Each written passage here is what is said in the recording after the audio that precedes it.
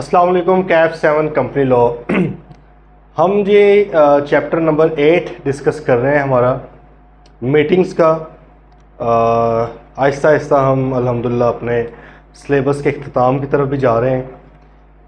इंशाल्लाह कोशिश होगी कि 72 लेक्चर्स के अंदर 70 लेक्चर के अंदर ही ना कहीं इंशाल्लाह एंड करें। सेशनल प्लान आप लोगों के साथ शेयर किया हुआ है, कोशिश पूरी है कि उसको फॉलो किया जाए। कभी कभार एक आधी चीज़ ऊपर नीचे हो जाती है। अच्छा जी, हम मीटिंग्स की बात कर रहे थे तो थोड़ा सा रिवाइज कर लेते हैं। हमने कल एक बात की, हमने कहा जी कि कंपनी की जो मीटिंग्स हैं वो दो तरह की हैं। कंपनी मीटिंग्स दो तरह की हमने बात की। हमने कहा कि जी एक होती है डायरेक्टर्स की मीटिंग, ठीक है, और एक होती है मेंबर्स की मीटिंग। डायरेक्टर्स की मीटिंग को हमने दो तरह पे आगे, एक हमने कहा बोर्ड ऑफ डायरेक्टर्स जहाँ पे तमाम डायरेक्टर्स आपके मीटिंग करते हैं, जो कि चैप्टर 3 के अंदर हमने डिस्कस किया हुआ है। और एक होती है ये डायरेक्टर्स कमेटी, कि भाई डायरेक्टर्स ने कई बार कमेटीज बनाई होती हैं और code of corporate governance regulation के हिसाब से लिस्टेड कंपनी है तो लाजमी है कि उन्होंने कुछ कमेटीज बनानी है, जैसे audit committee, HR and remuneration committee, risk management committee वगैरह वगैरह, ये उन्होंने लाजमी बनानी होती हैं। ठीक है, तो अगर तो वो लोग आपस में मिल रहे हैं तो that is called directors meeting. और मेंबर्स साहिबान अगर आपस में मिलते हैं तो वो मेंबर्स मीटिंग होती है, वो दो तरह की हो सकती हैं। एक होती है जी आपकी जनरल मीटिंग्स। जनरल मीटिंग से मुराद है कि जलसा आम, जब हर तरह का मेंबर बीच में आता है, मीटिंग अटेंड करता है, that is called general meeting. और अगर सिर्फ कोई स्पेसिफिक क्लास के मेंबर्स डिस्कस करते हैं मीटिंग में, वो आते हैं तो वो क्लास मीटिंग। जैसे ऑर्डिनरी शेयर होल्डर सिर्फ बुला लिए गए, प्रेफरेंस शेयर होल्डर सिर्फ बुला लिए गए, क्लास ए के ऑर्डिनरी शेयर होल्डर सिर्फ बुला लिए, क्लास बी के प्रेफरेंस शेयर होल्डर्स क्लास ए के सिर्फ बुला लिए गए। सिर्फ एक क्लास आ रही है तो क्लास मीटिंग है। अच्छा, अब जनरल मीटिंग भी आपकी दो तरह की, बेसिकली तीन तरह की होती हैं। एक आपकी होती है स्टैट्यूटरी मीटिंग, वो हमने बेसिकली कल डिस्कस कर ली। स्टैट्यूटरी मीटिंग क्या है कि पब्लिक लिमिटेड कंपनी, हर तरह की पब्लिक लिमिटेड कंपनी, चाहे वो लिस्टेड है चाहे वो अनलिस्टेड है, उसके लिए लाजमी है कि वो स्टैट्यूटरी मीटिंग करवाए। और ज़िंदगी में एक बार सिर्फ होनी होती है। होनी कब होती है, इसकी टाइम लिमिट क्या है? कंपनी की इनकॉर्पोरेशन से 9 महीनों के अंदर अंदर, या कमिटमेंट ऑफ बिजनेस का सर्टिफिकेट मिलने के लिए से 6 माह के अंदर, 180 दिन के अंदर अंदर। वहाँ पे 6 माह नहीं है, 180 दिन है। ठीक है, अब आपको पता है कमिटमेंट ऑफ बिजनेस का सर्टिफिकेट भी पब्लिक लिमिटेड कंपनी के लिए लाजमी है, दूसरों के लिए लाजमी नहीं है। ठीक है जी, तो ये स्टैट्यूटरी मीटिंग कहलाती है। फिर एक होती है एनुअल जनरल मीटिंग, वो आज पढ़ेंगे, AGM जो साल में एक बार मिलना होता है आपने। और एक होती है EOGM, extra ordinary general meeting. अच्छा, अब हमने कहा था कि अगर AGM, जो कि फर्स्ट वाली हमने कल वैसे डिस्कस कर लिया था लास्ट लेक्चर में, कि फर्स्ट AGM जो होती है ज़िंदगी में पहली बार जो AGM होनी होती है, वो कंपनी के इनकॉर्पोरेशन के 16 महीनों के अंदर अंदर लाजमी करवाना। 16 महीनों के अंदर, 16वें महीने में करवाना नहीं, 16 महीनों के अंदर अंदर कभी भी करवा लो। तो अगर वो AGM आप वही जो इसका टाइम पीरियड था, इसका टाइम पीरियड क्या था? इनकॉर्पोरेशन से 9 महीने और कमिटमेंट ऑफ बिजनेस से 180 दिन, विच एवरेज अर्लियर, जो भी पहले हो जाए। ठीक है, तो उसके अंदर करवाने थे। अब अगर AGM आप 16 महीनों बाद करवाने की बजाय या 16वें महीने करवाने की बजाय इन्हीं 6 या 9 महीनों के अंदर अंदर करवा लें, तो फिर आपको स्टैट्यूटरी मीटिंग अलग से करने की ज़रूरत नहीं है। ठीक है भाई, यही हमने पढ़ा था। और हमने कहा था कि किसके ऊपर एप्लीकेबल नहीं है, ये आपकी एप्लीकेबल अगर आपकी कंपनी हैविंग शेयर कैपिटल है, ठीक है, उनके लिए तो ये लाजमी है। और सेकेंडली हमने क्या कहा था, अगर आप कन्वर्ट हुए हैं प्राइवेट टू पब्लिक और 1 साल बाद लेकिन कन्वर्ट हुए हैं, तो फिर भाई आपके लिए ये वाली जो चीज़ है लाजमी नहीं है। ठीक है जी, अगर आप 1 साल बाद उससे कन्वर्ट हुए हैं प्राइवेट टू पब्लिक, फिर आप पे लाजमी नहीं है। 1 साल के अंदर अंदर कन्वर्ट हो गए, फिर आपके ऊपर स्टैट्यूटरी मीटिंग होल्ड करना लाजमी है। ये हमने भाई सारी बातें पढ़ी, स्टैट्यूटरी रिपोर्ट पढ़ी। स्टैट्यूटरी रिपोर्ट का फॉर्मेट असल में क्या होता है, फॉर्म 25 है SCCP का। जो लोग तो मेरे साथ इनरोल्ड हैं उनको तो मैंने शेयर कर दिया ना ग्रुप के अंदर, जो नहीं है उनके लिए भी अवेयरनेस के लिए प्रैक्टिकल आपको एक्सपोजर होना चाहिए चीज़ों का। आप गूगल करें फॉर्म 25 SCCP, तो अभी SCCP ने ना बेसिकली फॉर्म्स चेंज, मैंने शायद पहले भी किसी लेक्चर में बताया, फॉर्म से मुराद है कि आप जब भी SCCP के साथ, securities and exchange commission of Pakistan के साथ किसी भी तरह का कोई कॉन्टैक्ट करते हो, कोई कॉरेस्पॉन्डेंस करते हो, तो फॉर्म्स की सूरत में होती हैं। SCCP ने डिफरेंट चीज़ों के डिफरेंट फॉर्म्स बनाए हुए हैं। पहले फॉर्म्स होते थे तकरीबन 47 के करीब थे, अब उन्होंने कम करके काफ़ी थोड़े कर दिए हैं, 23-24 के करीब रह गए हैं। ठीक है, तो अब उन फॉर्म्स के नंबर वैसे ऊपर नीचे हो गए हैं, चेंज हुए हैं 15 फ़रवरी से। तो अब फॉर्म 25 है भाई, 25 फॉर्म 25 है उसका नाम, जो कि आपने स्टैट्यूटरी रिपोर्ट का फॉर्मेट होता है उसको फिल करके वो आपने जमा करवाना होता है। ठीक है, आप अपने तौर पे अपने मेंबर वगैरह को किसी और फॉर्मेट में भी दे सकते हो, लेकिन आमतौर पे कंपनी कहती है जब एक बार यही फिल करना है तो यही मेंबर्स को भी दिखाओ। ठीक है, और वही वाला आप रजिस्ट्रार को भी जमा करवा देते हो। ठीक है भाई, तो ये स्टैट्यूटरी रिपोर्ट का था। अब आगे आ जाए जी हमारा AGM, annual general meeting. Annual general meeting भाई, एनुअल से जाहिर हो रहा है कि साल में एक बार मिलना लाजमी है। एनुअल, साल में एक बार, सालाना जलसा आम, सही है, सालाना एक मीटिंग होती है। कब तक करनी होती है अभी सारा कुछ देख लेते हैं। अच्छा जी, एनुअल जनरल मीटिंग है ये आपकी भाई, जैसे हर चीज़ होती है, एक फर्स्ट होती है, एक सब्सिक्वेंट होती है। ये सब्सिक्वेंट नहीं होती है, हमने क्या कहा था ज़िंदगी में सिर्फ एक बार ही करनी है, तो फर्स्ट और लास्ट होती है स्टैट्यूटरी मीटिंग। डायरेक्टर्स होते हैं, फर्स्ट होते हैं, फिर बाद में भी अपॉइंट होते हैं, सब्सिक्वेंट हो जाते हैं, उसको कहते हैं CEO होता है, जब जिंदगी में पहली बार अपॉइंट होगा फर्स्ट होता है, बाद वाले को सब्सिक्वेंट कहा जाता है। चेयरमैन ऑफ द बोर्ड है, सबसे पहले वाले को फर्स्ट बोला जाएगा, बाद वालों को सब्सिक्वेंट बोला जाएगा, ऐसे ही है ना। और आपको पता है कि हम दोनों का तरीका का डिफरेंट पढ़ते हैं हमेशा। मैं आपको सिर्फ रीकैप करवा रहा हूँ कुछ चीज़ों का, ताकि आपको ये तो अजीब ना लगे बात। स्टैट्यूटरी में हमने वाज़ेह तौर पे कह रही है कि ज़िंदगी में करनी है एक बार है, तो भाई फर्स्ट एंड लास्ट हो गया ना ये तो। लेकिन डायरेक्टर्स की बात की जाए तो फर्स्ट डायरेक्टर्स होते हैं, हम उसे क्या कहते हैं, सब्सक्राइबर्स में से ही होते हैं, सब्सक्राइबर्स ही उनको अपॉइंट करते हैं। ठीक है, सब्सिक्वेंट वालों का इलेक्शन होता है, ऐसे ही है। CEO की बात की जाए तो भाई सब्सक्राइबर्स में से ही होता है CEO, फर्स्ट वाला। सब्सिक्वेंट वाले का क्या होता है, डायरेक्टर्स का इलेक्शन होता है, उसके 14 दिन के अंदर अंदर होता है, अलग हो गया तरीका का। ठीक है, चेयरमैन ऑफ बोर्ड का फर्स्ट का मेंशन नहीं है, लेकिन अगर फर्स्ट का हो भी तो सब जो है आप, बल्कि फर्स्ट का भी है, सॉरी, सब्सक्राइबर्स होते हैं वही उसको भी कर लेते हैं लिस्टेड कंपनी के लिए, क्योंकि लाजमी होता है ना। तो और उसके अलावा लिस्टेड कंपनी का आमतौर पे होता है ना कि वो पैदाइशी तौर पर लिस्टेड नहीं होती, वो बाद में जाके लिस्ट होती है। ठीक है, जो दूसरी कंपनी और पैदाइशी तौर पे कंपनी बन जाती है ना, लिस्टेड के लिए पहले आप पब्लिक लिमिटेड बनाते हो, उसको अनलिस्टेड ही बनाते हो, बाद में जाके लिस्ट करवाते हो ज़रूरियात अपनी जो है देखते हुए और रिक्वायरमेंट्स को पूरा करते हुए। तो भाई हमेशा फर्स्ट चीज़ अलग होती है, सब्सिक्वेंट के लिए अलग है। यहाँ पे क्योंकि फर्स्ट एंड लास्ट थी, बस खत्म होगी बात। यहाँ पर दो सिचुएशन आएंगी, एक होगी आपकी फर्स्ट और एक होगी सब्सिक्वेंट। एक होगी जी फर्स्ट AGM जो ज़िंदगी में पहली बार करनी है, और एक होगी इसके अलावा जो भी है हर साल जो होंगी, जब तक कंपनी हयात है, जब तक कंपनी को अल्लाह ताला ने ज़िंदगी बख्शी हुई है। कंपनी भी एक लीगल पर्सन है, कानूनी शख्स है, इंसान है, हर काम करता है जो इंसान करता है, बस जो इंसान बुरे काम करता है वो कंपनी नहीं करती। ठीक है, तो भाई सब्सिक्वेंटली कंपनी ने हर साल AGM होल्ड करनी है। ठीक है जी, तो चलें फिर गुरु हो जाए, शुरू कर लेते हैं इंशाल्लाह।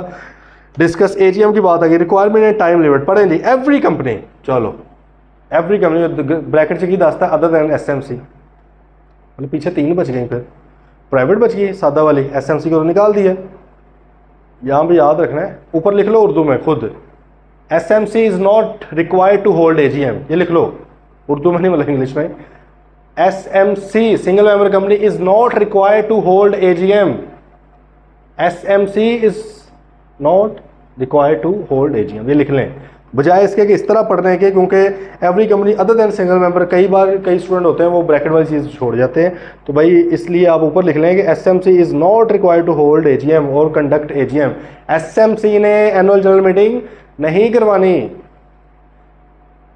अच्छा, अब थोड़ा सा सवाल पूछूं आपसे कॉमन सेंस का, शर्मिंदा हो ना अगर ना आए तो, ठीक है, लाजमी है ना शर्मिंदगी फिर अगर ना आए। SMC स्टैट्यूटरी मीटिंग करेगी hold? Single member company statutory meeting hold करेगी? हो गई शर्मिंदा जिनको नहीं आया, मेरे ख्याल में सबको ही आना चाहिए। हमने कहा स्टैट्यूटरी मीटिंग सिर्फ और सिर्फ पब्लिक कंपनी ने करनी है। अब SMC कौन सी होती है? SMC डैश प्राइवेट, एक तो इधर से जाहिर हो जाता है प्राइवेट। अच्छा, अगर हमें ना भी याद आए कि SMC प्राइवेट होती है, तो हमें एक और चीज़ तो याद होनी चाहिए ना कि भाई पब्लिक के लिए मिनिमम 3 बंदे होते हैं। SMC तो 1 बंदे वाली है, ये तो पब्लिक तो है ही नहीं किसी भी तरह से। ठीक है, एक तो है ना सिंपल, हमें याद है ये प्राइवेट लिमिटेड का एक पार्ट है SMC, मतलब उसी की एक कैटेगरी है। लेकिन अगर हमें ना भी पता हो तो हमें कम से कम ये तो पता होना चाहिए ना कि यार ये पब्लिक तो नहीं है, और पब्लिक के अलावा फिर क्या बच जाती है? प्राइवेट बच जाती है। पब्लिक क्यों नहीं है? क्योंकि इसका 1 बंदा है मैक्सिमम, पब्लिक में मिनिमम 3 बंदे होने चाहिए अनलिस्टेड के, ऐसी है। तो भाई SMC जो है उसके ऊपर ना तो ये लगती है प्राइवेट होते हुए, और ये भी रिक्वायर्ड नहीं है, ये रिक्वायर्ड है, ये आगे पढ़ेंगे। EOGM एक्स्ट्रा ऑर्डिनरी, कभी भी दिल करे मिलने का, तो ये तो भाई जिसका दिल करता है मिल सकता है, ये लाजमी नहीं है। अभी हम पढ़ रहे हैं लाजमी क्या है, ये ऑप्शनल है, जब जब कंपनी का दिल करता है मिल सकती है। ये लाजमी चीज़ें थी, ये लाजमी थी फॉर पब्लिक कंपनी, ये लाजमी है हर कंपनी के लिए बजाय सिवाय एसएमसी के, ठीक है। तो ये एसएमसी के अलावा every company shall hold an AGM within 16 months from the date of its incorporation. Incorporate होने के 16 महीने के अंदर अंदर पहली एजीएम, 16 महीने के अंदर अंदर पहली AGM, 16 months of incorporation, 16 months of incorporation, incorporate होने के 16 महीनों के अंदर अंदर। भाई इसको पढ़े ज़रा, याद करें। पहली एजीएम हर कंपनी ने सिवाय एसएमसी के हर कंपनी ने first AGM, first annual general meeting hold करनी है with in, not after, not at, with in, मतलब इस टाइम के अंदर अंदर, चाहे अगले महीने कर ले। आज कंपनी बनी है 2 दिन बाद कर ले, कोई मसला नहीं है, 3 दिन बाद कर ले, कोई मसला नहीं, 5 महीनों बाद, 8 महीनों बाद, 10 महीनों बाद, 12, 14, 15, 16 महीनों बाद नहीं कर सकती, 16 के बाद नहीं कर सकती, 16 के अंदर अंदर, 16 की लास्ट डेट पे कर सकती है। विद इन का मतलब समझना, मैं जोर दे रहा हूँ ताकि दिमाग में बाहर बैठ जाए। हमारी पाकिस्तानी आवाम की गंदी आदत है ना लास्ट डेट पे काम करने की, तो हमारे जो क्लाइंट्स हैं ना उनको भी यही लगता है कि यार ये 16 मंथ का मतलब है कि 16 मंथ्स के बाद ही, या जिस टाइम पे 16 मंथ एंड हो रहा है उस डे की बात कर रहे हैं। विद इन की बात, विद इन वाला ऑप्शन था तो भाई हमने पब्लिक लिमिटेड के केस में कहा कि अगर आप वही उठा के पीछे ले आओ 6-8 महीने बाद कर लो तो स्टेचुटरी मीटिंग करने की जरूरत नहीं थी, याद है। तो वो उसी के तो हमने फ़ायदा लिया था। अच्छा जी, every company shall hold an AGM within 16 months from the date of incorporation and thereafter का मतलब सब्सिक्वेंटली, इसको नीचे लिखा है सब्सिक्वेंट, देयर आफ्टर को लिखा है सब्सिक्वेंटली, बाद में, सब्सिक्वेंटली। ये बात ज़रा टेक्निकल है, समझ नहीं है गौर से। वो कहते हैं पहली वाली मीटिंग आपने करनी है 16 महीनों के अंदर अंदर, इनकॉर्पोरेशन के जब भी 16 महीने पूरे हो जाएंगे उसके अंदर अंदर करनी है आपने, पूरे होने के बाद नहीं करनी। And thereafter and subsequently once in every, मैं देख रहा हूँ आप लोगों को समझ नहीं बात गौर से, once in every calendar year. Calendar year क्या होता है? जुलाई टू जून, है ना, यही होता है। कैलेंडर आपका किस तरह आता है, कभी देखा है कैलेंडर? मोबाइल में देखें अभी खोल के, जनवरी से स्टार्ट हो रहा है ना, तो कैलेंडर ही होता है जनवरी टू दिसंबर, कैलेंडर ईयर वो जनवरी टू दिसंबर होता है, ठीक है। वो कहते हैं once in every calendar year, मतलब इस तरह से करनी है होल्ड, इस तरीकाकार से, इस तरह से वो डेट चूज करनी है कि 2 ज़रूरियात पूरी हों, 2 ज़रूरियात पूरी हो रही हों। पहली ज़रूरत क्या है? Once in a calendar year, साल में कम से कम एक बार लाजमी है, चाहे आखिरी दिन पे हो साल के, लेकिन जनवरी, 1 जनवरी, 1 जनवरी से लेकर 31 दिसंबर तक, 31 दिसंबर तक उसमें कोई ना कोई दिन आ रहा हो। एंड और नहीं है, once in every calendar year within a period of 120 days following the close of its financial year, financial year end होने के 120 दिन के अंदर अंदर। 2 रिक्वायरमेंट्स आ गई हैं। ये बात टेक्निकल है, गौर से समझ नहीं है। मेरी ना कोशिश ये होती है कि आप लोगों को रिपीट कर करके ना बात कोशिश करूं, इधर ही समझा दूं, आपके अपने माइंड में एक सवाल ना है जो आने बनते हैं, ठीक है, जो कि ज़ाहिर है फिज़िकल क्लासेस में स्टूडेंट्स पूछते थे, उसमें हम डिस्कस भी करते थे, तो उधर हो जाता था, ठीक है। अब यहाँ में मेरी कोशिश यही होती है कि पहले क्लियर करूँ, तो भाई ज़रा तहम्मुल के साथ, अगर मैं एक बार पे ज़ोर दे रहा हूँ तो एवं नहीं मैं इतना स्वेटी हो रहा, उसकी कोई ना कोई इम्पोर्टेंस है बात की, ठीक है। समझे नहीं ज़रा बात है, एजीएम की बात हो रही है। पहले तो आप यहाँ पे लिख लें, एजीएम जो है every company except SMC, SMC के अलावा हर कंपनी ने करनी है। अच्छा जी, अब एजीएम क्योंकि सालाना है तो कभी ज़िंदगी में पहले भी आएगी, और पहली के बाद जो भी आएगी वो सब्सिक्वेंट होगी, जैसे कि हमने एग्जांपल्स के साथ ही बात कर ली है। डायरेक्टर्स फर्स्ट होते हैं, सब्सिक्वेंट होते हैं, सीईओ फर्स्ट होते हैं, इस तरह चीज़ें चलती हैं, ठीक है। एजीएम आई, फिर फर्स्ट भी हो गई, और उसके बाद वाली जितनी भी एजीएम होगी हर साल वाली, उसको क्या बोला जाएगा? सब्सिक्वेंट। मतलब सब्सिक्वेंट वैसे बोला नहीं जाएगा, बोला उनको एनुअल जनरल मीटिंग ही जाएगा, लेकिन वो सब्सिक्वेंट कहलाती हैं, वो बाद वाली होती है ना। फर्स्ट वाली भाईजान आपने कब करनी है? विद इन 16 महीने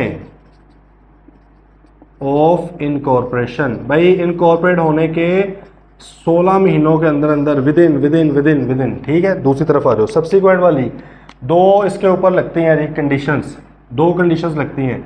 इसको मैं इस तरह नहीं करूँगा, ऐसे करूँगा तो ऑप्शन कंसीडर होगा ना, ये या वो, ऐसे ही होता है ना ऑप्शंस मेरे, तो वाइट बोर्ड क्योंकि मेरा कमज़ोर ही है, तो मुझे तो यही लगता है कि अगर मैं ये लगा दूंगा आप उसे ऑप्शन समझेंगे, इसलिए मैंने अभी अभी सोचा कि ये नहीं लगाना, हम इसके ये कंडीशन लगाते हैं। ये पहली क्या है, पहली क्या है, with in 120 days of financial year, ये फाइनेंशियल ईयर लिखा है मैंने FY फाइनेंशियल ईयर पता है ना, जिसके हिसाब से आपकी फाइनेंशियल स्टेटमेंट्स बनती हैं, अकाउंटिंग जिसके हिसाब से होती है, फाइनेंशियल ईयर जिसको बोला जाता है। आमतौर पे क्या चल रहा होता है, जुलाई से जून पाकिस्तान में आमतौर पे जुलाई से जून से बना के 1 जुलाई लेट्स से 2023 से लेकर 30 जून 2024, लेकिन कई बार आपका सितंबर वाला भी हो सकता है। सितंबर अगर ईयर एंड है तो स्टार्ट कब से हुआ होगा, पिछले साल के सितंबर के एंड के बाद, मतलब 1 अक्टूबर से 30 सितंबर। और हो सकता है जैसे बैंक्स हैं जो ये सितंबर वाला ना, पाकिस्तान में शुगर मिल्स इसको फॉलो करते हैं क्योंकि उनका सीज़न उस तरह से होता है गन्नों का। बैंक्स जो होते हैं ना पाकिस्तानी, वो सारे के सारे बैंक्स जनवरी टू दिसंबर को फॉलो करते हैं, मतलब वो कैलेंडर ईयर को ही फॉलो कर रहे होते हैं। तो उधर तो मसला ही नहीं है ना कैलकुलेशन करने का, और सिंपल सी है कि जो कैलेंडर ईयर है वही फाइनेंशियल ईयर है उनका। लेकिन आम तौर पे most of the Pakistani companies like 95% plus, बल्कि may be more than that, they follow July to June financial year. ठीक है जी, तो फाइनेंशियल ईयर एंड से 120 दिन के अंदर अंदर, और एंड लगा लो यहाँ पे, बड़ा जरूरी है। एंड दूसरी चीज, once in calendar year, once in every calendar year. दो सिचुएशंस, दो कंडीशंस लगी हैं। इसको मैंने ये नहीं बनाया, क्यों, आपने समझ लेना था, ऑप्शन है कि भाई या तो साल में एक बार कर लो कैलेंडर ईयर में, या 120 दिन वाला है। नहीं, वो कहता है एंड है। क्या है एंड? फाइनेंशियल ईयर एंड के 120 दिन के अंदर अंदर करनी है, और इस बात का भी ख्याल रखना है कि कैलेंडर ईयर में एक बार होनी चाहिए। प्रैक्टिकल मसला समझ लें। मसला ये है, मिसाल के तौर पे अगर फाइनेंशियल ईयर एंड के 120 दिन पूरे हो रहे हैं अगले कैलेंडर ईयर में जाके, मिसाल के तौर पे समझे, बड़े गौर से तहम्मुल के साथ, अगर आपका फाइनेंशियल ईयर एंड है 30 सितंबर, मिसाल ले रहे हैं, फाइनेंशियल ईयर एंड है जी क्या 30 सितंबर, 30 सितंबर को एंड हुआ। ठीक है, इस कानून के मुताबिक क्या करना पड़ना था, 120 दिन के अंदर अंदर, शुक्र अल्हम्दुलिल्लाह, 120 दिन के अंदर अंदर। अब इसके 120 दिन भाई कब पूरे हो रहे हैं? सितंबर तो खत्म हो गया, तो अक्टूबर के कितने होते हैं? 31 अक्टूबर, 31 दिन होते हैं। नवंबर के कितने होते हैं? 30 दिन, कितने हो गए? 61। दिसंबर के कितने होते हैं? 31, तो कितने हो गए? 92 दिन गुजरे हैं, कैलेंडर ईयर एंड हो चुका है। अब आगे कितने? 92 दिन गुजर गए, अब आगे 28 चलेंगे।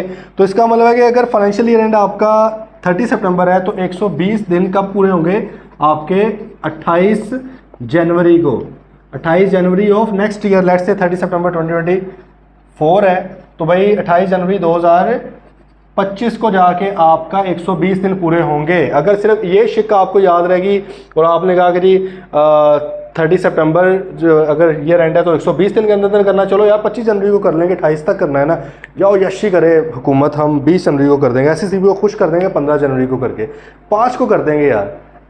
तो SSCB कहेगा ना काका ना, साथ एक तो ये था, दूसरी ये भी तो थी, once in every calendar year, calendar year में कम से कम एक बार होना लाजमी है। ठीक है, अब सिचुएशन ज़रा समझें। अगर तो आपका पिछले साल का भी यही सीन था, ऑब्वियसली यही सीन होगा ना, और पिछले साल भी आपके 120 दिन पूरे हो रहे थे 28 जनवरी 2025 को, 28 जनवरी को। बात ज़रा गौर से समझनी है। लास्ट ईयर, यहाँ मैं लिख रहा हूँ लास्ट ईयर, मतलब कि आप किस सिचुएशन में कर सकते हो 25 जनवरी को, 28 जनवरी को।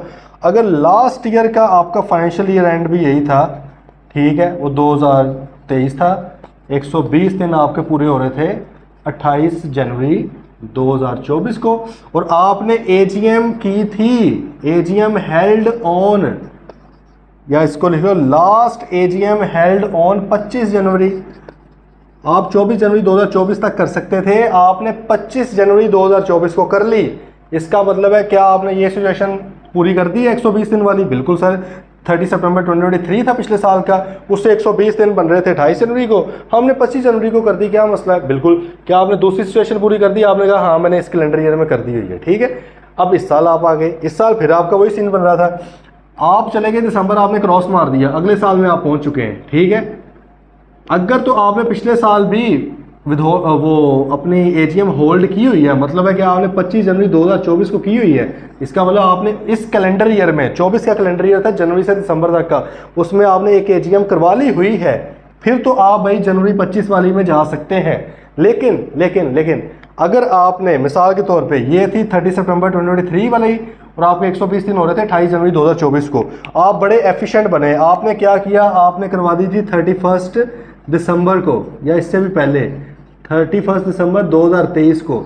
मैं बात ज़रा बड़े गौर से समझिए तहम्मुल के साथ, मैं ये कह रहा हूँ कि आपने पिछली एजीएम करवाई है न्यू एग्जाम्पल के अंदर 31 दिसंबर 2023 को, और नई वाली इस बार की एजीएम आप करवाने जा रहे हैं 28 जनवरी 2025 को जाके, तो भाईजान ये जो 1 जनवरी 2024 से लेकर 31 दिसंबर 2024 वाला, इसमें एजीएम तो हुई कोई नहीं है, इसमें तो एजीएम कोई भी नहीं हुई, तो आप तो नॉन कंप्लायंस कर जाएंगे कानून की।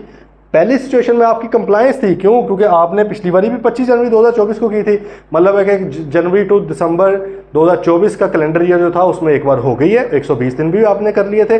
अब इस बार आप कर सकते हैं भाई, अगले साल फिर जनवरी में कर लें, मसला कोई नहीं है। लेकिन अगर आपने लास्ट वाली की हुई थी पिछले कैलेंडर ईयर में, 90 दिन अभी नहीं पूरे हुए, 92 दिन हुए थे आपने, मतलब कोई 88 दिन हुए थे, 50 दिन हुए, 60 दिन हुए थे, आपने 31 नवंबर को कर ली, 25 अक्टूबर को कर ली, जो भी है, लेकिन पिछले साल किया, अगला पूरा साल आपने एजीएम ही कोई नहीं की। वो कहता है भाई once in every calendar year करना भी ज़रूरी है। और आइए गल समझ कि आपने कब करनी है कब नहीं। अब अच्छा पेपर में क्वेश्चन कैसे आएगा? पेपर में ऑब्वियसली सिनेरियो आपको बना के देगा और आपको बतौर कंसल्टेंट, एक तो सिचुएशन ये हो सकती है, बता देगा यार वो इस तरह भी अपने एजीएम होल्ड कर रहे हैं, कंडक्ट कर रहे हैं, बताएं क्या ये वैलिड है या नहीं। तो आपने दोनों बातें देखनी है, 120 दिन के अंदर अंदर हो रही हो, इससे ऊपर निकल गया फिर भी कहानी आउट हो गई है, फिर नॉन कंप्लायंस है, और अगर कैलेंडर ईयर के अंदर नहीं हुई तो फिर भी नॉन कंप्लायंस है। तो एक तो आप ये बता सकते हो यार वो कंप्लाइंट है या नहीं। दूसरी सिचुएशन ये हो सकती है कि कंपनी का ये सिनेरियो, आप उनको मशवरा दें मैक्सिमम डेट्स क्या हो सकती हैं जिनमें वो करवाएगा, तो आपने भाईजान फिर उनको इस तरह मशवरा देना है, ठीक है, जिससे कैलेंडर ईयर के अंदर भी हो रही हो और 120 दिन वाली बात भी पूरी हो रही हो, वो दिन है, ठीक है। ये दिन पीछे आ सकते हैं, ऑब्वियसली आप कह सकते हो कि यार नहीं 60 दिन मैक्सिमम बन रहे हैं, इसके बाद तो कैलेंडर ईयर चेंज हो जाएगा, तो 60 दिन के अंदर अंदर करवानी पड़ेगी। बेशक कानून 120 दिन की इजाज़त देता है, लेकिन 20 दिन के अंदर अंदर की देता है ना, 60 दिन में करने में कोई मसला नहीं, 120 दिन के बाद करने में मसला है। यही गल समझे नहीं? एग्जाम्पल देखें ज़रा, ये बात समझना बहुत ज़रूरी है। वो कहते हैं suppose ABC limited is incorporated on 1 अप्रैल 2020, 1 अप्रैल 2020 को बनी है, and it opts for a financial year end of 30 June every year. उसने फाइनेंशियल ईयर एंड कौन सा चूज़ किया? 30 जून, मतलब है कि 1 जुलाई से लेकर 30 जून अगले साल। ओके जी। It would be required to, अब बताएं उसने फर्स्ट एजीएम अपनी कब तक करनी है, फर्स्ट एजीएम कब तक करनी है? उसने भाई करनी है इनकॉर्पोरेट होने के 16 महीनों के अंदर अंदर। इनकॉर्पोरेट कब हुई है?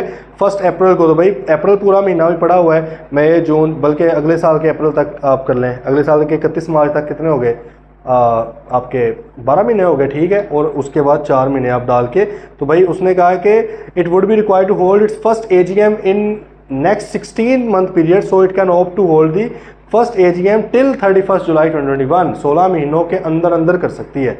फर्स्ट एजीएम की बात समझ आई? तो सिंपल थी। अगली बात का मसला होता है जब ये दो चीज़ों का ख्याल रखना है कि फाइनेंशियल ईयर एंड के भी 120 दिन के अंदर अंदर करनी है, लेकिन साथ ही ये ना हो कि एक कैलेंडर ईयर कोई मिस हो जाए, उसके अंदर एजीएम हुई ही ना हो, वो मसला हो जाएगा। तो उसने कहा we assume that the company, हम अज्यूम कर रहे हैं that company opted to hold the AGM on 31 July, हम अज्यूम कर रहे थे उसने 31 जुलाई की। From this date onward company will be required to hold AGM within 120 days of the close of financial year and at least once in a calendar year, ठीक है जी।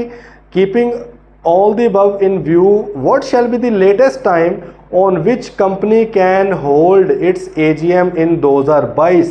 वो कहते हैं 2022 के अंदर AGM मैक्सिमम, लेटेस्ट से मुराद है कि भाई कौन सा करीब से करीब टाइम हो सकता है जिसमें वो AGM अपनी होल्ड करेगी। तो भाईजान हमने क्या कहा, फर्स्ट हो चुकी है हमारी, अब हमारा फाइनेंशियल ईयर एंड क्या है? 30 जून है, तो भाई 30 जून से 100 पाकिस्तान में मोस्टली 30 जून ही चलता है, और ये 28 अक्टूबर, शायद मैंने पहले भी आपको किसी एग्जांपल में बताई हो या ऑडिट में बताई होगी, 28 अक्टूबर ही 120 दिन बन रहे होते हैं, ठीक है। 30 जून से आप 120 दिन काउंट करेंगे ना, वो बनेंगे। लेट से आपका कब बनी थी कंपनी, 1 अप्रैल 2020 को बनी थी ना, तो भाई आपकी फर्स्ट एजीएम तो ये 21 में जाके, अब अगली एजीएम इसके बाद ही होगी ना। अब जून 21 से लेकर अगले साल जो है फाइनेंशियल ईयर क्लोज आपका 30 जून 2022 को होगा ना, ठीक है। क्योंकि आपने पहली वाली मीटिंग की है जुलाई 21 में जाके, बात आ रही है समझ, जुलाई 21 में की है, मतलब है कि 21 वाला जो था फाइनेंशियल ईयर वो स्टार्ट हो चुका है। अब वो जून 22 को जाकर ख़त्म हुआ, जून 22 से आपने 120 दिन गिने, वो बनते हैं 28 अक्टूबर 2022। अब 28 अक्टूबर 2022 को अगर आप मीटिंग कर लें तो 120 दिन वाली भी शिक पूरी होगी, आपकी once in a calendar year वाली शिक भी पूरी होगी, क्योंकि पिछले साल 21 में भी हुई थी मीटिंग, इस बार आपने 22 में भी करवा दी है, तो कोई मसला नहीं, ठीक है। एग्जाम्पल देखें, XYZ limited another company registered 1 सितंबर 2020, एक और कंपनी है 1 सितंबर 2020 को बनी है। It's financial year closes in 30 September each year, 30 सितंबर को एंड होता है, okay. It held it's first AGM on 1 November 2021 and which was well with in 16 months, उसने कहा उसने 16 महीनों के अंदर कर ली है 1 नवंबर को, ठीक है, चलो सही है। अब उसने अगली करनी है, what is the latest date by which company can hold its second AGM, तो भाई हमें पता है कि वो 120 दिन के अंदर अंदर होनी चाहिए। अब उसका अगला साल कब खत्म होगा, 1 नवंबर 21 को किया ना, तो इसका मतलब करंट ईयर जो उसका चल रहा होगा वो 1 अक्टूबर 2021 से होगा, ठीक है, यही चल रहा होगा ना, पिछला तो गुजर चुका है। 1 अक्टूबर 2021 से लेकर 30 सितंबर 2022 तक, ठीक है। अब उसके 120 दिन के अंदर अंदर उसको करना पड़ेगा, 120 दिन के अंदर वो करता है तो भाई 120 दिन बनते जाके 28 जनवरी को जाके, ठीक है।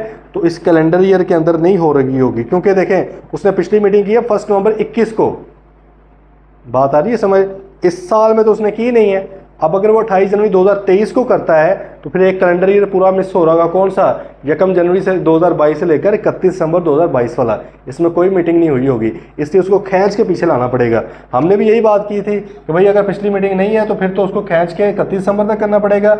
लेकिन अगर पिछली मीटिंग कोई हुई है, ये तो वो एग्जाम्पल ले रहा है ना कि फर्स्ट के बाद सेकंड ही आ गई है फ़ौरन, लेकिन अगर कोई 5-7 मीटिंग्स हो चुकी हैं या कोई 1-2 भी मीटिंग्स हो चुकी हैं सब्सिक्वेंट वाली, और वो भी वो पिछले साल में होती नहीं है 25 जनवरी को, तो फिर तो इसका मतलब है कि पिछले कैलेंडर ईयर में कुछ ना कुछ हुआ है, तो हम आगे जा सकते हैं। अदरवाइज अगर पिछला कैलेंडर ईयर खाली रह गया मीटिंग से, भाई खाली नहीं रख सकते आपको मीटिंग करवानी पड़ेगी 31 दिसंबर तक, फिर आप 120 दिन का वेट नहीं करेंगे, आप खींच के ये 92 डेज तक लाना पड़ेगा उसको। आगे समय बात एक्सटेंशन इन टाइम, अच्छा ये आपको कह रहा है कि आप अगर नहीं करवा सकते टाइम पे तो लिस्टेड कंपनी जो है वो कमीशन को अप्लाई करेगी, और अदर देन लिस्टेड कंपनी वो रजिस्ट्रार साहब को अप्लाई करेंगे, और एक्सटेंशन भी मांग सकते हैं जी, हमारे कोई ज़रूरियात हैं, अभी तक हमारे फॉर्मल अकाउंट्स फाइनल नहीं हुए जिसको हमने प्रेजेंट करना है एजीएम में, या कोई और रीज़न है, और कमीशन या registrar what ever is relevant वो अगर सेटिस्फाई है आपकी बातों से तो आपको 30 दिन की एक्सटेंशन दे सकते हैं। मैक्सिमम कितने दिन की एक्सटेंशन, 30 दिन की, कि चलो यार आपने 28 जनवरी तक करनी थी, चलो छोड़ो इसको 30 दिन और डाल लो इसके अंदर, 27 फेब तक कर लो मिसाल के तौर पर, ठीक है जी। प्लेस ऑफ मीटिंग कहाँ पे होगी, इन केस ऑफ लिस्टेड कंपनी के केस में AGM shall be held in the town in which the registered office of the company situated और इन अ नियरेस्ट सिटी। सही है, जहाँ पे रजिस्टर्ड ऑफिस है आपका, रजिस्टर्ड ऑफिस है मुराद वही जो हमने पढ़ा हुआ है ऑलरेडी, जो आपने कमीशन को भी जो आपने रजिस्ट्रार को भी बताया हुआ है, इंटीमेट किया हुआ है, भाई उस रजिस्टर्ड ऑफिस वाले टाउन के अंदर रजिस्टर्ड ऑफिस में करना लाजमी नहीं है। मिसाल के तौर पे ऑफिस छोटा है, बंदे ज़्यादा हैं, तो आप कोई होटल भी करवा सकते हैं बुक, कोई कॉन्फ्रेंस हॉल आप बुक करवा सकते हैं, ठीक है। ज़रूरी नहीं है कि उसी रजिस्टर्ड ऑफिस के अंदर ही हो, क्योंकि रजिस्टर्ड ऑफिस बड़ा होना ये रिक्वायरमेंट कोई नहीं है, या हमने कहीं नहीं पढ़ा कि इतना रकबे का होना चाहिए, इतना एरिया का होना चाहिए, हो सकता है छोटा सा 1 कमरे का ऑफिस हो, ठीक है। तो लेकिन अगर बंदे ज़्यादा हैं तो फिर आप अलग किसी जगह पे भी करवा सकते हैं, बट जगह वो कौन सी होनी चाहिए, जिसमें रजिस्टर्ड ऑफिस है या उससे करीबी कोई नियरेस्ट सिटी। अगर आप कहें जी मेरा रजिस्टर्ड ऑफिस किसी गांव के अंदर है, वहाँ पर कोई ऐसी जगह ही नहीं अवेलेबल जहाँ पर मैं अपने बड़े बड़े शेयर होल्डर्स को, मेंबर्स को बुलाऊं जिन्होंने करोड़ों रुपए इन्वेस्ट किया हुआ है, तो वो कहते हैं भाई कि बिल्कुल नियरेस्ट जो सिटी आपको लग रहा है ना, शहर लग रहा है, वहाँ पे करवा लें, ठीक है। हाउएवर ये अब एक बड़ी अहम बात आई, हमने पहले कभी कहा था जी कि जो शेयर होल्डर्स हैं या जो मेंबर्स हैं वो थ्रू वीडियो लिंक भी पार्टिसिपेट कर सकते हैं, पढ़ा हुआ है ना हमने। वोट का मतलब क्या था कि आप थ्रू वीडियो लिंक भी आ सकते हैं, बाय पर्सन भी आ सकते हैं, प्रॉक्सी के थ्रू भी आ सकते हैं, ठीक है, और वीडियो लिंक के थ्रू भी आ सकते हैं। वीडियो लिंक वाली बात यहाँ पे बताइए। उससे कह रही however at least 7 days prior to the date of meeting, meeting से कम 7 दिन पहले, on the demand of members, अगर मेंबर डिमांड करते हैं residing in a city who hold at least 10% of the total paid up capital और such other percentage as may be specified, a listed company, listed को underline कर ले, listed के लिए लाजमी है, a listed company must provide the facility of video link to such members enabling them to participate in its meeting. उन्होंने कहा कि भाई अगर लिस्टेड कंपनी, पीछे भी हमने प्लेस ऑफ मीटिंग में भी लिस्टेड का ही पढ़ा है, दूसरों का लाजमी नहीं बताया होगा। लिस्टेड कंपनी के लिए वो कह रहे हैं कि उन्होंने एक तो रजिस्टर्ड ऑफिस जहाँ पे है उसी टाउन में करनी है या नियरेस्ट सिटी में करनी है। सेकेंडली, अगर लिस्टेड कंपनी के कम से कम किसी सिटी के अंदर कम से कम 10% पेड अप कैपिटल वाले बंदे बैठे हुए हैं, 1 2 या ज़्यादा भी हो सकता है, एक भी हो सकता है, जिसके बाद पेड अप कैपिटल का 10% है या इसके अलावा कोई भी परसेंटेज जो आपने फिक्स की हुई है, और वो डिमांड करते हैं कि भाईजान हम नहीं आ सकते आपके उधर टाउन में, हमें हमारे सिटी के अंदर, क्योंकि हम ये 10% है हमारे पास, तो हमें फैसिलिटी प्रोवाइड की जाए वीडियो लिंक की, ताकि हम इसमें आ सकें, ठीक है। तो उन्होंने क्या कहा, at least 7 days prior to the date of meeting on the demand of members, भाई आपको ये कम से कम 7 दिन पहले आपने उनको ये फैसिलिटी दे देनी है, ठीक है। इसका मतलब जाहिर है कि ना मेंबर्स भी पहले मांगेंगे, अगर मेंबर्स मांगते 3 दिन पहले जाके तो कंपनी तो कहेगी कि भाई हमने 7 दिन पहले प्रोवाइड करनी थी, कैसे कर सकते हैं, ठीक है। ये तो अब मीटिंग में 3 दिन रह गए हैं, तो इसलिए वो कहते हैं कि कंपनी को इंतजाम भी करने हैं, तो कंपनी कम से कम 7 दिन पहले वीडियो लिंक की एक फैसिलिटी देंगे। यहाँ से एक और इम्प्लाइड बात हमारे जहन में भी आ गई और पता लगी कि वीडियो लिंक से मुराद है कि जो कुछ स्पेशल कोई प्रोटोकॉल के साथ, मतलब कोई एक सही तरीकाकार के साथ एक मीडियम के थ्रू वीडियो लिंक हो। ये नहीं होगी व्हाट्सएप के ऊपर आ जाए, स्काइप के ऊपर आ जाए, वो पता नहीं ईमो होती थी या क्या क्या, ठीक है, उससे आप कॉल कर लें, वो नहीं है भाई, प्रॉपर एक चैनल के थ्रू। वहाँ पे फिर कंपनी को या कोई जगह जाहिर है लेकर देगी, उनके कहेगी यार आप लोग वहाँ पे पहुँच जाएं, इस टाइम पे मीटिंग स्टार्ट होगी, ये वो वीडियो लिंक के थ्रू आप पार्टिसिपेट कर सकते हैं, ठीक है भाई। अब ऑल कंपनीज के लिए नीचे आ गया है, पहले सिर्फ लिस्टेड के ऊपर बात, अब तमाम कंपनीज के लिए the notice of an AGM shall be send, notice भी सेंड करना है ना, जब भी मीटिंग होगी नोटिस तो भेजना है, भैया मीटिंग के अंदर ये बातें डिस्कस होनी है, ये बिजनेस डिस्कस होना है, ये चीज़ें डिस्कस होनी है, जेन बना के आना आप लोग। The notice of an AGM shall be sent to the members and every person who is entitled to receive notice of general meeting. Every person से मुराद क्या है, मिसाल के तौर पे ऊपर लिख लें, मिसाल के तौर पे डायरेक्टर्स, हमने कल भी पढ़ा था लास्ट लेक्चर में कि डायरेक्टर्स भी जनरल मीटिंग को अटेंड करते हैं, लेकिन वो वोट सिर्फ तब करेंगे अगर वो मेंबर भी हुए, अगर उनके पास शेयर्स भी हुए, फिर वो वोट करेंगे। अगर वो सिर्फ डायरेक्टर हैं, मतलब अदर देन मेंबर वाले डायरेक्टर हैं, फिर वो सिर्फ डायरेक्टर मीटिंग को, जनरल मीटिंग को अटेंड करेंगे, बतौर डायरेक्टर वोट नहीं कर सकते, ठीक है। तो ये जो कहा वो नहीं अदर पर्सन इन टाइटल, उसमें एक तो डायरेक्टर आ जाते हैं, इस तरह ऑडिटर जो होता है उसने, उसका राइट है, उसका हक बनता है कि वो हर मीटिंग को अटेंड करे, तो आप ऑडिटर भी लिख सकते हैं इसमें, ठीक है। सेक्रेटरी होता है, उसने भी, सेक्रेटरी चाहे शेयर होल्डर ना भी हो, उसने भी भाई मीटिंग लाजमी, क्योंकि उसने सारी कंप्लाइंस देखनी है। इसलिए उन्होंने कहा कि नोटिस भाई हर उस बंदे को और मेंबर को भेजना है जिसको भेजना बनता था, at least 21 days before the date fix for the meeting, कम अज़ कम 21 दिन पहले, ज़्यादा दिन पहले भेज सकते हो, लेकिन कम अज़ कम 21 दिन पहले भाई आपने लाजमी मीटिंग का नोटिस भेजना है। अब लिस्टेड कंपनी के लिए दोबारा से एक आगे लाइन, ये अंडरलाइन कर लें, लिस्टेड के लिए सिर्फ, in case of listed company such notice, ये जो नोटिस है shall be send to the commission. देखो ऊपर उन्होंने सिंपल कहा कि अपने मेंबर्स को भेजें, अब इसमें तमाम कंपनीज नहीं भेजना है, लिस्टेड ने भी भेजना है, लेकिन अगर लिस्टेड है तो उसने एडिशनल क्या करना है, उसने कमीशन को भी भेजना है, in addition to its being dispatched to the normal cost of members, and the notice shall also be published in English and Urdu languages at least in 1 issue each of daily.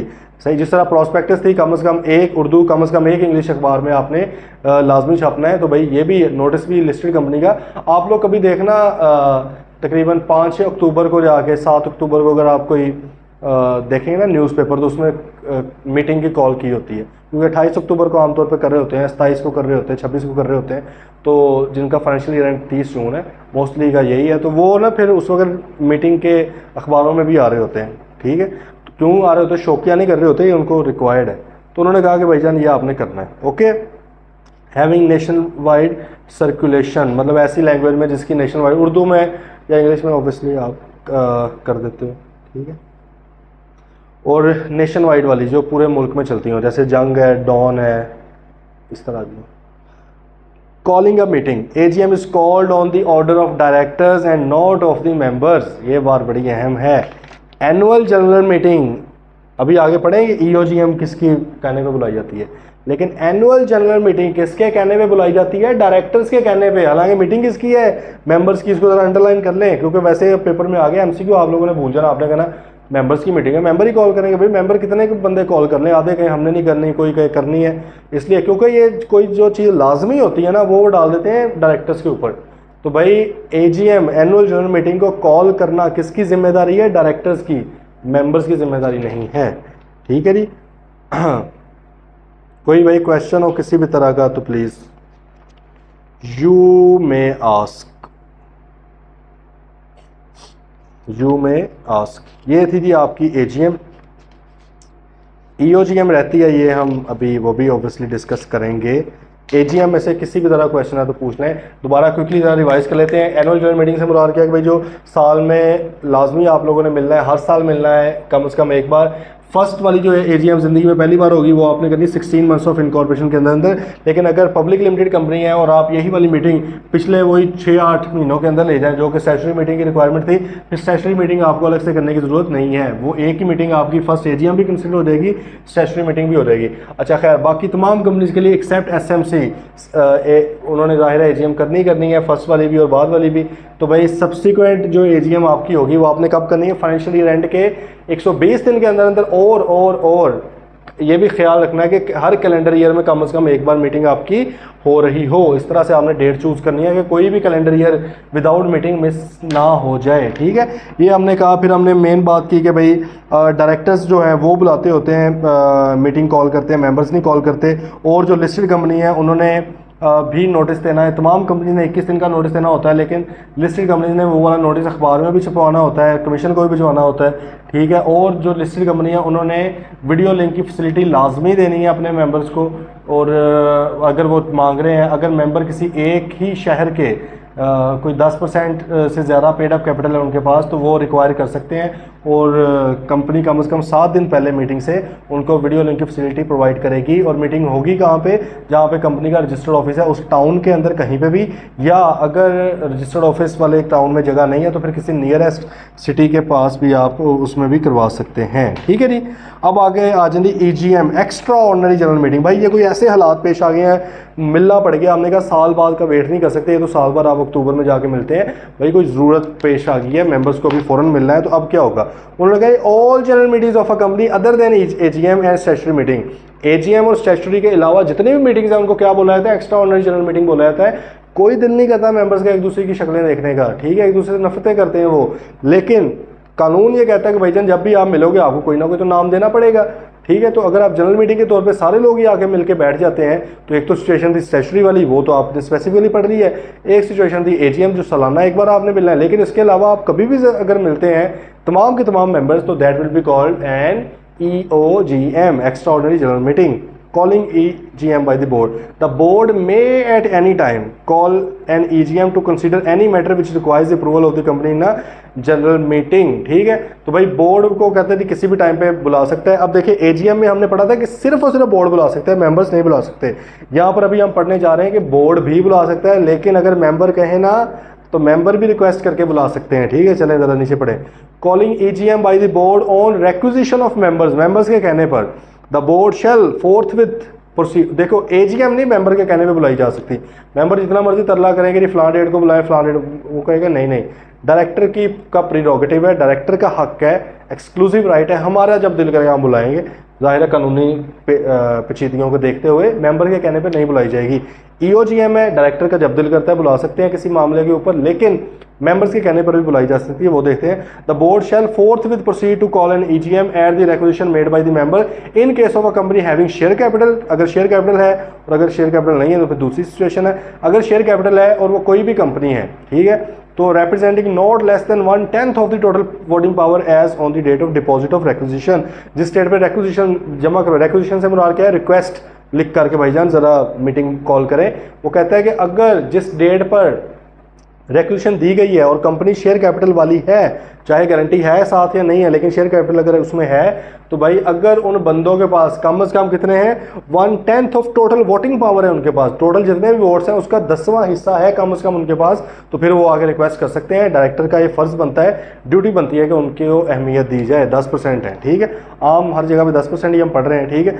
और अगर company not having share capital है, फिर वो कहते रही not, क्योंकि share capital ही नहीं है तो वोट्स ही नहीं है, वोट बनते हैं कैपिटल की बेस पर, तो वोट तो नहीं है, फिर बंदे गिने जाते हैं, ठीक है। अगर शेयर कैपिटल ना हो फिर बंदे काउंट होते हैं। तो उन्होंने कहा कि अगर आपका शेयर कैपिटल नहीं है सर, मतलब सिर्फ गारंटी लिमिटेड है, तो फिर क्या करें, उन्होंने कहा 1/10 ऑफ टोटल मेंबर, कम से कम टोटल मेंबर का 10वां हिस्सा अगर आके हमें कहेगा कि बुलाएं लिख कर, तो हम देख लेंगे। उस डेट के ऊपर कम से कम ही होना चाहिए, ठीक है।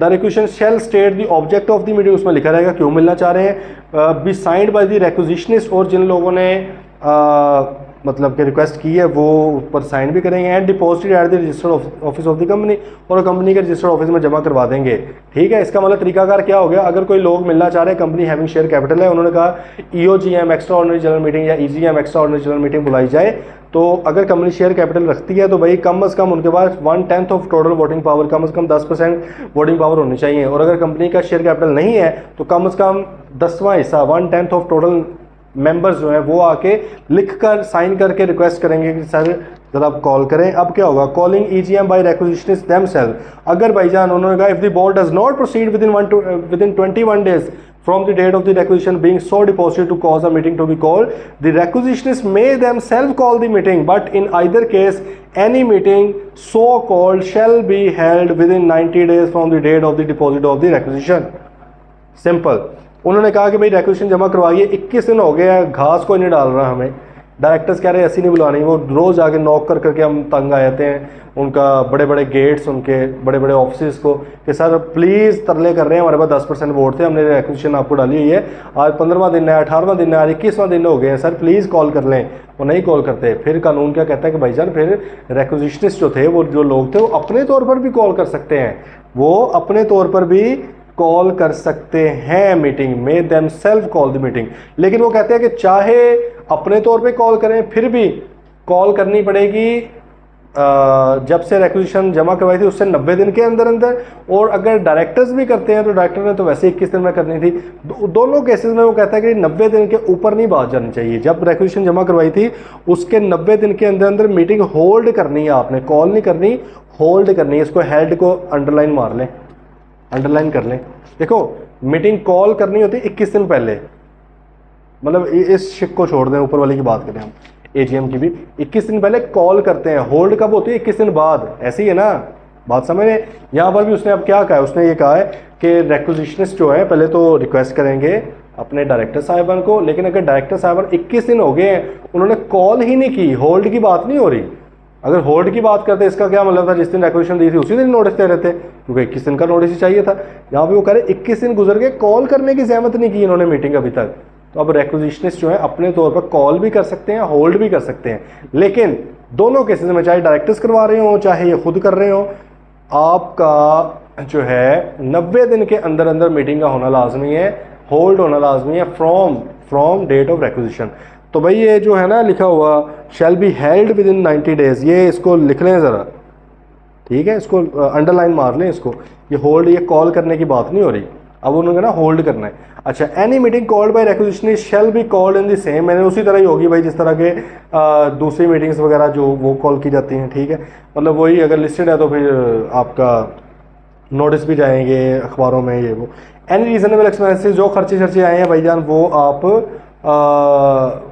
कंपनी से लेंगे, और कंपनी वही वाले खर्चे जो हैं उनसे निकलवाएगी जिन डायरेक्टर्स ने नॉन कंप्लाइंस की, उनकी जेब से निकलेंगे, ठीक है।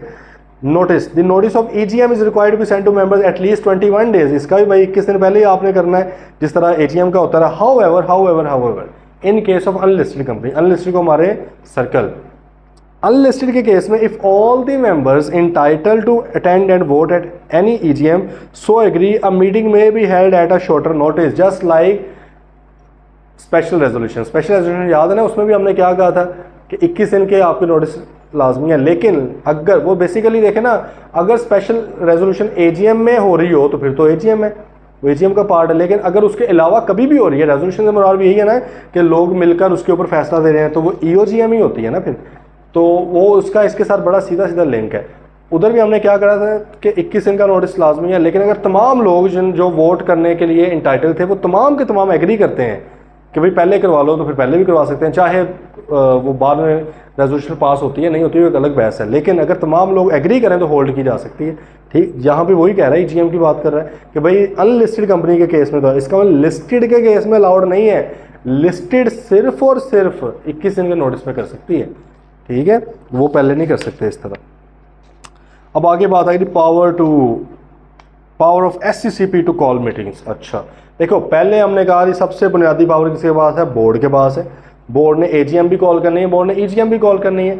एजीएम में तो ऑप्शन ही कोई नहीं है जी शेयर होल्डर्स के पास, मेंबर्स के पास। ईजीएम के अंदर अगर जो है बोर्ड नहीं कर रहा, ठीक है, तो फिर जो रिक्वेजिशनिस्ट हैं वो भी खुद भी रिक्वेस्ट कर सकते हैं जाके कि सर कर लो। अब उस केस में भी 21 दिन के अंदर कॉल करनी है मीटिंग। अगर बोर्ड कॉल नहीं करता, बुलाता ही नहीं है मीटिंग, तो फिर जो रिक्वेजिशनिस्ट हैं वो खुद मीटिंग को कॉल भी करेंगे, होल्ड भी करेंगे, लेकिन 90 दिन के अंदर अंदर 90 दिन ऑफ व्हाट, ऑफ रिक्वेजिशन। सही है, ये हमने पढ़ा। अब हम कह रहे हैं कि ये अगर फिर एससीसीपी भी बीच में आ सकता है, अगर वो कभी ना माने। सर बिल्कुल आ सकता है, आ जाए जरा एससीसीपी साहब। Power to give direction, the commission has power to call, registrar के पास नहीं है, कमीशन के पास। The commission has power to call general meeting of the company in case of there is default in conducting AGM और statutory meeting. अगर तो देखो स्टैट्यूटरी मीटिंग भी लाजमी थी, नहीं कंडक्ट की गई, कमीशन आ सकता है कि भाई मैं करवाता हूँ। डायरेक्शन ऑर्डर दे सकते हैं फलां डेट को। याद है एक बार, अब तो कभी भी नहीं भूलेगा, वो 9 अप्रैल की रात, ठीक है, जब वो सारा वाक़या हुआ था, डायरी लेकर चला गया वो, तो वो क्या हुआ था, अदालत ने हुक्म दिया था कि 12 बजे तक रात को लाजमी करवाओ, वोट ऑफ नो कॉन्फिडेंस करवा देता, बेड़ा गर्क हो गया मुल्क का। ठीक है, तो वो यहाँ पे कह रहा है भाई कमीशन भी आपको कह सकता है कि करवाओ, इस तरह करवाओ, एजीएम करवाओ, डायरेक्शन दे सकता है, स्टैट्यूटरी मीटिंग करवाओ। या एक तो ये सिचुएशन, दूसरी सिचुएशन क्या, the directors did not proceed to call an AGM on the request of member ने बेचारों ने रिक्वेस्ट की है, डायरेक्टर्स ने नहीं मानी। अब 2 ऑप्शन थे, या तो मेंबर्स खुद कर लेते या वो एससीसीपी बीच में आ सकता है कि भाईजान तुम क्यों नहीं इज्जत देते, मैं आता हूँ बीच में, मैं करवाता हूँ। ठीक है, the commission may give such directions in relation to the calling, holding and conducting of the meeting. Calling से मुराद क्या, मीटिंग कॉल करनी, नोटिस देना। होल्ड का मतलब होल्ड किस तरह करनी, किस वक्त पे करनी है वो। कंडक्ट से मुराद उसका मैनर क्या होगा, कितने बजे क्या होगा, सारा कुछ ही पूरा डिक्टेट करना है। ठीक है, कहते वो कर सकता है। And preparation of any document required with respect to the meeting as commission may think fit. One member may be quorum. ठीक है, उसने कहा था above mention directions may include a direction that one member of the company present in person or by proxy shall be deemed to constitute a meeting. देखें quorum याद है ना, quorum से मुराद क्या, मिनिमम बंदे जिनका होना लाजमी है मीटिंग के लिए। ये हम ना वैसे आगे जाके पढ़ भी लेंगे। ठीक है, आगे कंडक्ट ऑफ मीटिंग में हम जाके देखेंगे अपना जो अल्लाह भला करे कोरम को भी, हाँ quorum of meeting.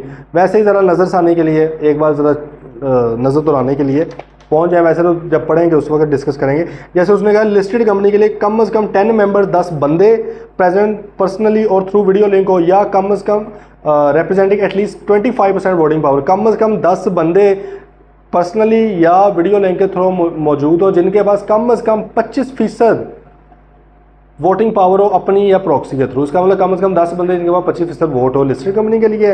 Other company having share capital, इसके अलावा जो कंपनी जिनका शेयर कैपिटल भी है वो कम से कम 2 बंदे मौजूद होने चाहिए पर्सनली और थ्रू वीडियो लिंक, रिप्रेजेंटिंग कम से कम 25% वोटिंग पावर। ठीक है, और अगर आपकी कंपनी का शेयर कैपिटल है नहीं तो जो भी आर्टिकल्स में दिया हुआ है। इसका मतलब है कि ये अगर कोरम मौजूद नहीं है तो फिर आपकी मीटिंग वैलिड ही नहीं है। ऐसे ही है ना, यहाँ पे अब वो क्या कह रहा है, वो कहते हैं यार अगर आप कोरम के बहाने बना के मीटिंग नहीं बुलाते, यदि सर हम बुलाते हैं बंदे ही नहीं आ रहे इसलिए मीटिंग नहीं हो रही। उसने एससीसीपी को एक और पावर दे दी है। उसने कहा ये एससीसीपी जब डायरेक्शन देगा उसमें एक डायरेक्शन ये भी हो सकती है कि भाईजान मेरे लिए एक बंदा भी पूरा ही है, मैं नहीं कहता कि लिस्टेड के लिए 10 बंदे लेकर आओ, छोड़ो एक बंदा मौजूद है, चलो जी करवाओ मीटिंग। बात आइए समझ। वो कहता मैं नहीं कह रहा कि other than listed company having share capital के लिए कम से कम 2 बंदे 25% वोटों वाले हो, एक बंदा हैगा तो देखो चलो मीटिंग करवाओ। इसका मतलब है कि वो तमाम जो आप बहाने बना सकते हो बहाने ख़त्म कर रहा है। आइए बात समझ। उसने कहा कि भाई मैंने कह दिया करवाओ, बस किसी भी तरह मीटिंग होनी चाहिए, चाहे एक बंदे के साथ करवा दो। मतलब है कि फिर कोरम वाली जो रिक्वायरमेंट है ना वो उसको नल एंड वॉइड करवा सकता है एससीसीपी के पास से पावर है। ठीक है, आगे अगर cost of conducting the meeting, any meeting so conducted, जो इस तरह कंडक्ट की जाती है एससीपी के कहने के ऊपर, be deemed to be meeting of the company duly call, उसको यही समझा रहेगा जैसे कंपनी ने प्रॉपरली कॉल की है, और उसके जो भी खर्चे शर्चे हैं वो कंपनी पे करेगी, अनलेस कंपनी कहेगी किसी खास बंदे से इसको निकलवाएं। मतलब अगर कंपनी को लगता है कोई फलाना डायरेक्टर है वो नहीं करने दे रहा मीटिंग, तो कंपनी फिर कमीशन जो है वो कह सकता है कि यार उसी डायरेक्टर से ये वाला खर्चा निकलवाओ। लेकिन अगर कमीशन ये नहीं कहता तो फिर भाई कंपनी ने वो खर्चा सारा पे करना है। मतलब है कि जिस तरह कंपनी अपनी मीटिंग बुलाती है, इसको भी ऐसे ही समझा जाएगा उसने खुद ही बुलाई है, क्योंकि कमीशन का ऑर्डर आ गया है। लास्ट में पेनल्टी लग जाएगी भाई, अगर वो कहते हैं कोई बंदा हरकत ऐसी वैसी करेगा उसके ऊपर लेवल 3 की पेनल्टी लग जाएगी। ठीक है, तो थोड़ा इसको रिवाइज कर लेते हैं कि कमीशन के पास भी पावर है मीटिंग को कॉल करने की या डायरेक्शंस देने की कि इस तरह से मीटिंग की जाए। कब? अगर तो आपकी एजीएम में कोई डिफॉल्ट है, आपने एजीएम नहीं सही तरह कंडक्ट की है, स्टैट्यूटरी मीटिंग सही तरह कंडक्ट नहीं की, तो कमीशन डायरेक्शन दे सकता है कि इस तरह इतने बजे फलां तरीके से करो। ठीक है, कर सकता है, लाजमी नहीं करेगा, आमतौर पर नहीं करता कमीशन। लिस्टेड कंपनी के केस में कर सकता है, लेकिन लिस्टेड कंपनी करवा लेती है वैसे ही, क्योंकि उनके ऊपर बहुत ज़्यादा सख्ती है, वो तो ब्लैक लिस्ट हो जाते हैं स्टॉक मार्केट से अगर ना करवाएं तो। दूसरी सिचुएशन क्या थी कि रेक्विजिशनिस्ट थे, मेंबर्स ने तरला डाला था डायरेक्टर्स का, डायरेक्टर ने बात नहीं मानी, अब भी कमीशन बीच में आ सकता है। एक आधा बंदा उधर निकल गया कमीशन की तरफ, उसने दरख्वास्त की सर करवाएं ज़रा, कमीशन कहता मैं आके करवाता हूँ। अब वो कहते हैं अगर कमीशन बीच में इन्वॉल्व हो जाए तो फिर सारे जो फैसले हैं किस तरह होने हैं वो कमीशन कर सकता है, तो उसमें कोरम की भी कोई ज़रूरत नहीं है। कमीशन कहेगा एक बंदा कोरम है, एक ही बंदा कोरम है, और ऐसी मीटिंग की वैल्यू बिल्कुल वैसी ही होगी जैसे दूसरी मीटिंग की प्रॉपरली कॉल की गई मीटिंग्स की वैल्यू होती है, और जो भी खर्चा चर्चा है वो कंपनी पे करेगी, अनलेस कमीशन किसी खास स्पेसिफिक ऑफिसर के नाम पे लगा दे, और कमीशन जो है लेवल 3 की पेनल्टी भी लगाएगा नॉन कंप्लायंस की सूरत में। ठीक है जी, तो ये था जी भाई और बहनों एजीएम और ईजीएम। किसी भी तरह का कोई भी क्वेश्चन हो तो प्लीज़ पूछ लेना आपने। मिलते हैं इंशाल्लाह फिर कल। Till then take care.